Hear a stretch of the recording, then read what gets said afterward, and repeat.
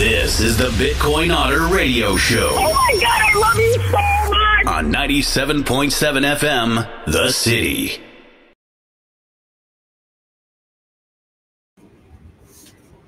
Greetings, blessings, and good fortune, everybody. It's another Thursday. We're here on 97.7 KCYP, The City, out of McAllen, Texas. McAllen Creative Incubator here. Studio's right in the middle of it. Well, you know, a little off-center, but you get what I mean. We're also going out on YouTube. We're going out on Facebook. TuneIn Radio, and also Radio Garden is another app. They're good apps. I mean, you could seriously, you can watch anything you want on those apps. Listen to all over the world. You can listen to radio. I even tuned into Japan one time. I don't really dig the music because I didn't know what they were saying, but you know what I mean. You can go anywhere, right? So as I get the stuff coming up on the old screen here on the iPad, we're gonna figure out exactly who's in the chat and so forth, and then when you guys come in, we could have a conversation, because the confession I have for you today is I only have a couple pages of notes. It was a long work day. I think we got enough to talk about. Might not take the whole hour, but hey, that's fine. That's fine too. So we're going to go to the barometer, the economic barometer, once again. And ladies and gents, if we talk about nothing else this week, let us talk about the fact that Bitcoin is sometimes down. Yeah, but it's never down and out. No, it is not. No, and that's the thing that we always have to remember. And I was talking to one of my sons before the show. He's looking to get into some real estate. He wants to get a fourplex. He would like to become a landlord, and he's not even 30 yet. So I'm proud of him. But at the same time, he's been saving up, and he's got money in the bank. And as I told him, putting money in the bank costs you money. The banks pretend, and they say now that, they have high yield savings accounts. There's no such thing with the bank as a high yield in your favor, okay? In your favor or in my favor. It's always in their favor, and they're going to get what they want regardless. So what I believe, and this is just me, and I know there's millions of other people out there that are coming around to this idea, Bitcoin is our opportunity. Bitcoin is a decentralized answer to a centralized criminal enterprise. And when I say centralized criminal enterprise, I do mean the Federal Reserve banking system. Without equivocation, I do mean that. It is clearly the case. And this criminality in no way benefits us. It benefits them. Now, yeah, if you want to become a criminal, but I don't think that the people in our audience, you all, I don't think you're wanting to go that route. So the fact remains that the criminal enterprise, the banking cartels, if you will, are simply not in our favor. They mean us harm. They're parasitic. However, Bitcoin is not controlled by any of those entities. In fact, you could actually say it's controlled by us. We determine whether we're going to buy it or not. And today's Bitcoin price is $93,416 for one Bitcoin. So for $93,416 Federal Reserve notes, you can have yourself a full Bitcoin. I don't have anywhere near that. So I have this much. But it's better to have this much than nothing, right? So you get your 10 bucks, your 20 bucks, your 50 bucks at the end of the week. Bam, you buy. Get a little more, you buy. Now, I'm not one of those people that say it's going to be, I think Kathy Wood, today I read that she believes it's going to be $2.4 million. I don't know how she comes up with these numbers. One Bitcoin will be worth $2.4 million. I don't know about all that. I'm not going to make promises. That's for sure. About something I have no control over. So the fact remains One, that nothing since 2009 has outperformed Bitcoin. Nothing. No investment, no hard asset whatsoever. You can throw whatever you want in there, including Manhattan real estate. You're not going to outperform Bitcoin. That's for sure. Silver, ladies and gents, silver is back up again, $33.81. One of these days, ladies and gentlemen, it's going to get unshackled. Silver is going to bust out, and we're going to win. Gold, 3,360. This week it reached all-time highs again. There's a lot of sentiment here. A lot of it is about tariffs, right? About interest rates, and simply the fact that the U.S. dollar is crap. In a word, yeah. Average mortgage rate, no help there. 6.9 for a 30-year, and 6.14 for a 15-year locked-in rate. And I don't feel happy for those people who are in a bind or in a position where they actually have to, they must buy at this point. Maybe they got pushed out of their place or whatever. They got to buy another place. So I hope that's not the case for you, because these interest rates are usually performed and foisted upon us by the usual suspects, if you know what I mean. And you do know what I mean. So here's a little bit of news in Cointelegraph. Bitcoin supply on exchanges is falling due to public company purchases, says Fidelity. We have seen Bitcoin supply on exchanges dropping public company purchases. We anticipate accelerating in the near future, Fidelity reported on the X social media program. Ladies and gentlemen, remember that the nature of Bitcoin is that it's cyclic, okay? Meaning there's a 4-year cycle, and we're really there. We're on the edge of when that they call it, some call it the banana zone, where it just goes, whoop, right? We're on that edge. So we're going to see more buying. But what seems to be different this go around is the large amount of, I guess you could call it, commercial buying. So public company purchases. Why is that? Well, I think we've gone over this before, but it deserves going over again. Bitcoin is now considered at a par with real estate and gold as a corporate asset, a legal asset that you could put on a corporate ledger to say, hey, these are our assets. This is what we're worth. Hard money, not necessarily completely liquid, but Bitcoin is certainly more liquid than gold and real estate, is it not? So you're seeing this. You're also seeing an industrial need, well, I guess you could call it a desire for the industry of banking. Why? Because, like I said before, we are going to come into a point. Corinne, good to see you. Excuse me. We are going to come into a point in the near future, I believe, where just having Bitcoin will allow you to buy and sell things. And I mean, you could do it now. Excuse me. You can do it now. It's just not as well known, or the strategies are not as well known. But it can be done. It's being done by enterprising people all over the world. Buying, selling, borrowing against, all that.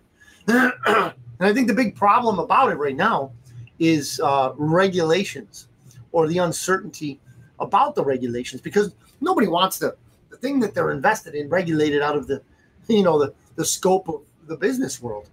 Yet the criminals are known to do things like that. They've done it before, excuse me, with platforms. They've done it with ideas. They've done it with inventions. However, another thing pushing this big buy with Bitcoin is the fact that when Donald Trump was elected, when we elected him, right, we told him, hey, you got a job to do. Get this done. And he's getting it done. We'll get into that a little bit later. He's getting it done. I don't even think we're 100 days in yet, but we're coming close. But fact of the matter is, there are many things in favor of why, or reasons for the surge in Bitcoin buying. Sue's on. Good to see you, Sue. See what we got here in the Bitcoin Otter Run. So all this together, all this coming together, right?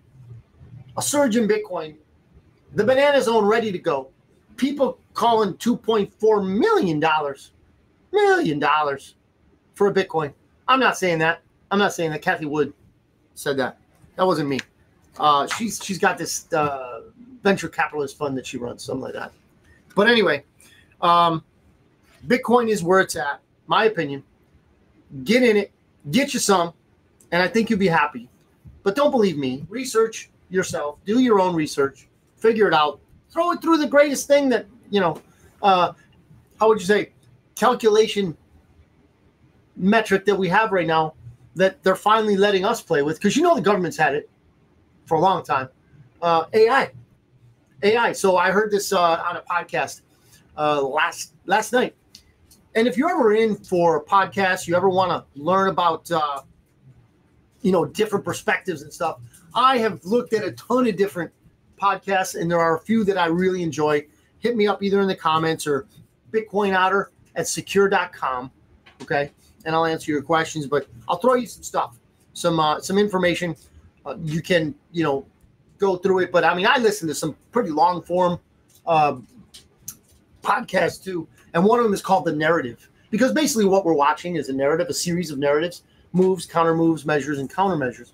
The war that we're in against the globalists is a real one.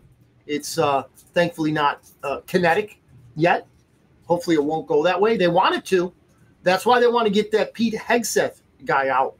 In case you're wondering about why are they always after this guy? Because he doesn't want wars. He is a warrior. He's a military man, and he knows that we've been throwing our young men and women into the wood chipper of unnecessary and crazy wars for bankers. Because remember, all wars are bankers' wars. So the fact remains that the landscape for war is out there. The landscape for the bad guys is out there. So let me get back to this narrative thing. They considered, and there was a great term put on by the female cohort in the podcast. She says that the AI that we receive now is like a Fisher-Price version of what they have. And if you're pretty young, you might not know what Fisher-Price is. Fisher-Price is a toy company. So she's basically saying that the AI we get to bump around with is just a little tiny version of what our government uses. And I'll concur with that 100%.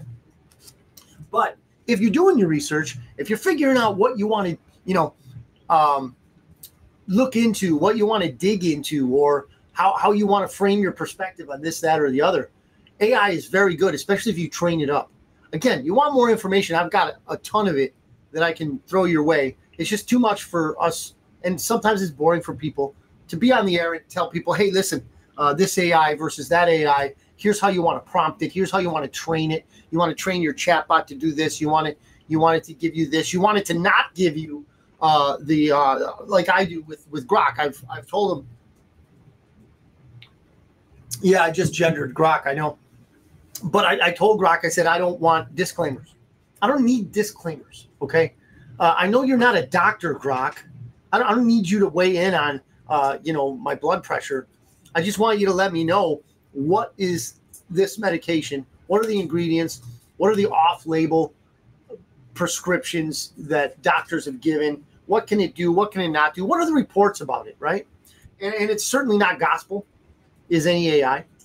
But you'll learn from it, and then you tailor the responses that it gives to you to your needs. You can even have different categories of how you want to research things. It's excellent, and we, the people, have finally got a tool that can assist us, like corporations have had, the government itself has had, to work against us. Here's my favorite, and I say that in a very sarcastic way when I say favorite. Think about it this way. There are tools out there like Google Earth that allows you to look throughout the whole world. And, I've done it for fun. Just look at New Zealand or something and zone in on a neighborhood and just check it out, man. Hey, what's it look like over there? Whatever. But that's a tool that's been used against us. How do I mean that? Did you ever think about this from this angle? Our property taxes pay the salary of a guy or a gal that spends his or her whole day on Google Earth looking at your backyard to see if you built a patio, see if you built a barbecue pit, see if you built a shed. And if so, they're going to raise your taxes.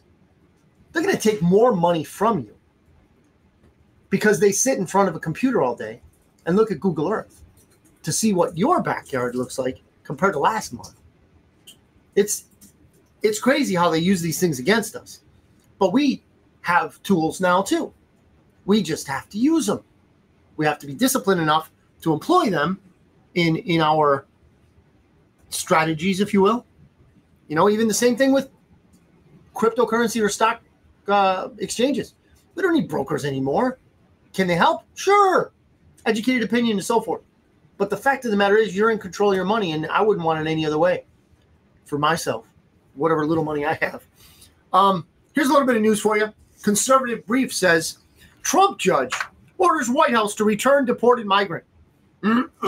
No, in nothing in here says anything about mental retardation. I know I went down that road, but this is literally a Trump judge, so somebody that Trump approved, orders White House to return deported migrant. See, again, and I guess I can't go over this enough. The judiciary has no enforcement wing. They can't order anything. Do you get what I mean? Are you following where I'm going with that? The judiciary branch, the judicial branch is vital for our checks and balances system that people a million times smarter than me came up with. But the fact remains that judges cannot enforce their rulings. 1. 2, these, especially the federal ones, right? Who the heck is this judge think he or she is to say that we have to go grab a citizen of another country and bring that citizen back? That's nonsense. That's stupid. That's idiotic. The person is home. That's their home country. Okay? This is just ridiculous. This is ridiculous. I don't understand. This never happens in the reverse, does it? I don't know of any case in the reverse. If somebody, from the United States, if it's not an extradition crime thing, how are we going to, make sure that somebody grabs one of our citizens? That ain't right. So a federal judge in Maryland has ordered that poor Maryland man. A federal judge in Maryland has ordered the administration of President Donald Trump to help expedite the return of a 20-year-old Venezuelan man who was deported to El Salvador. He's a Venezuelan man. He's not. He's not Venezuelan. Now, I don't know if this was a typo, but the fact of the matter is, I don't know. I think he's home. He's home, ladies and gentlemen. And we don't want him here, that's for sure. He's an MS-13. Well, if you're a Democrat, you want him here because he can vote. Okay, red state. New federal judge blocks part of Trump's EO requiring proof of citizen to vote. Citizenship. Ladies and gentlemen, I'm sure you've seen these charts. You need identification to basically breathe in this world. Not just this country, this world, mind you. You need it to buy things. You need it to sell things. You need it to own things. You need it to do things.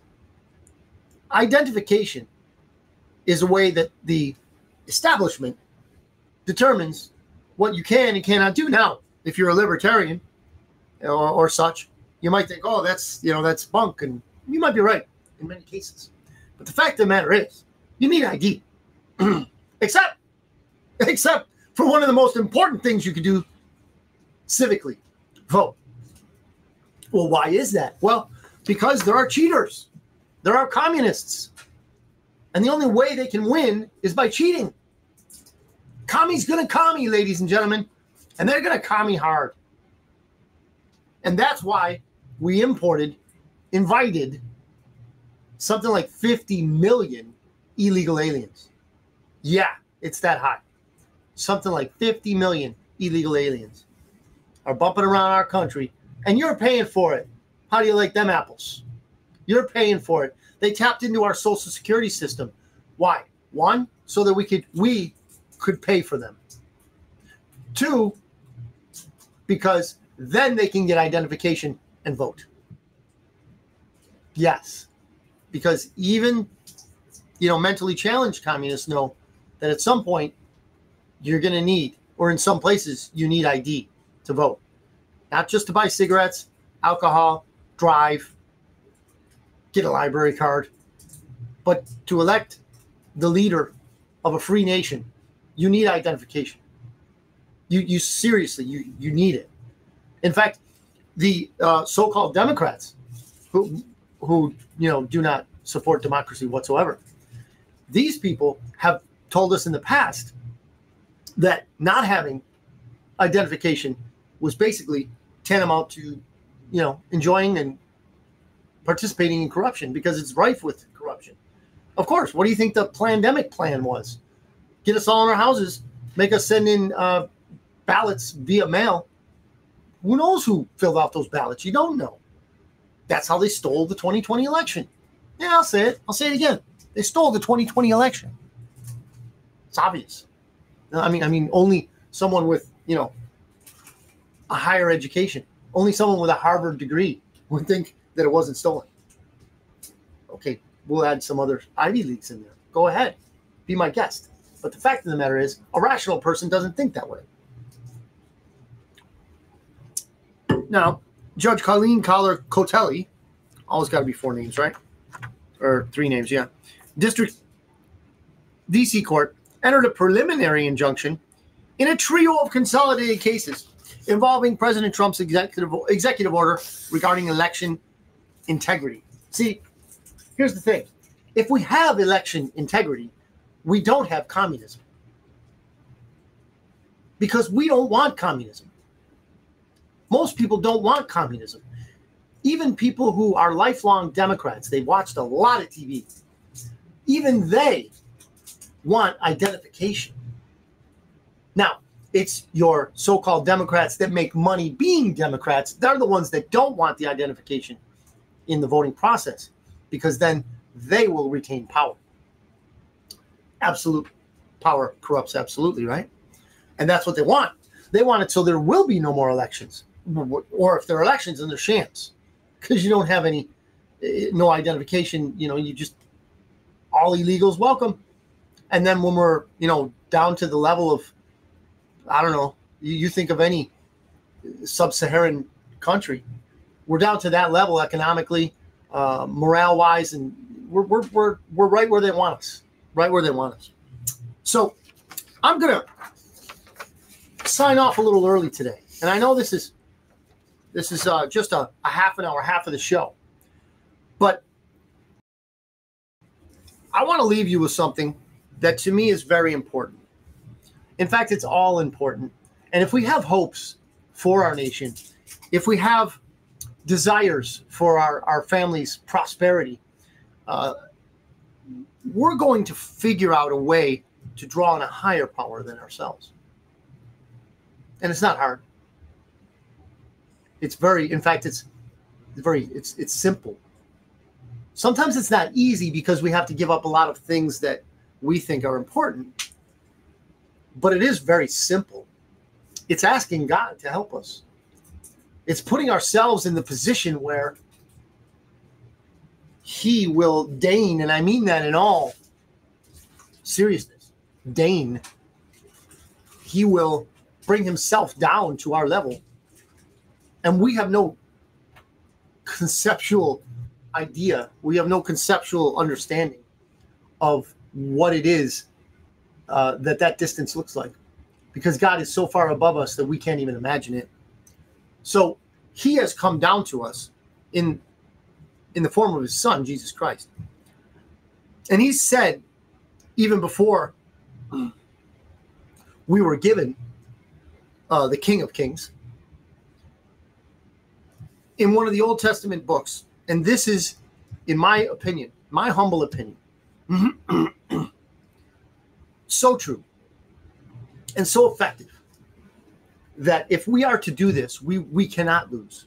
And here it is. This was in Chronicles. So this was, BC, thousands and thousands of years ago. God said, if my people who are called by my name will humble themselves and pray and seek my face and turn from their wicked ways, then will I hear from heaven and will forgive their sin and will heal their land. Ladies and gentlemen, I have hope for the United States of America because I have faith in God. We can dilly-dally all day long about how our nation was formed, on what basis, what foundation was laid down. And you could, throw out terms that are very inconsequential, like Judeo-Christian, if you want. You can say that all you want. I don't buy it anymore. The basis of our system, our American system of governance, is one of freedom. It is one of faith. It is one of responsibility and accountability. The founding fathers actually said that if and when our populace is an amoral one, this system of governance is wholly inadequate to control them.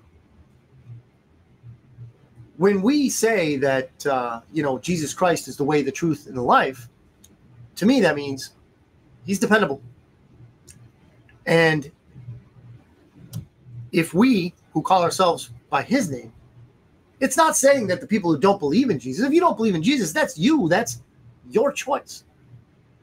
This world is free, and God will have it no other way. Free will. You determine. But a lot depends on those of us that do. What depends on it? Well, the healing of our land says right here. If the people that call themselves by his name, which I would consider myself one of them, if we stop doing the nastiness that we've done in the past, he's going to hear. He's going to hear. He's going to help us. He's going to fix our land, heal it. So while I have many different ways of expressing how I believe that you, your family, myself, my family, we can escape the coming turbulence in the financial system, or how we're gonna win against a system of governance completely foreign to us. I'm talking about communism, tyranny. Well, that's the problem. Part of it, that it is so completely foreign to us. It wasn't foreign to our founding fathers. It wasn't. It was right there in their face, in their homes, was tyranny.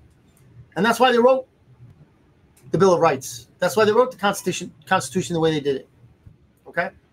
So as I sign off, I want to let you know that I am pulling not only for America, I'm pulling for you. Because as you go, as our community goes, so does America. I wish good and proper things for you and your family. Prosperity, blessings from above, safety, and peace. And peace.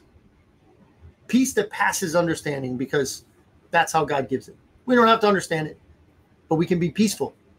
We can be at peace with ourselves and how the world is. Maybe not how the world is outside, but how the world is here. And I know it's difficult. When I say it's simple, but it's not easy. There's a difference. But I ask that God above bless you and your family for the coming week and eternity. Have a great week. We'll see you next week. God bless you.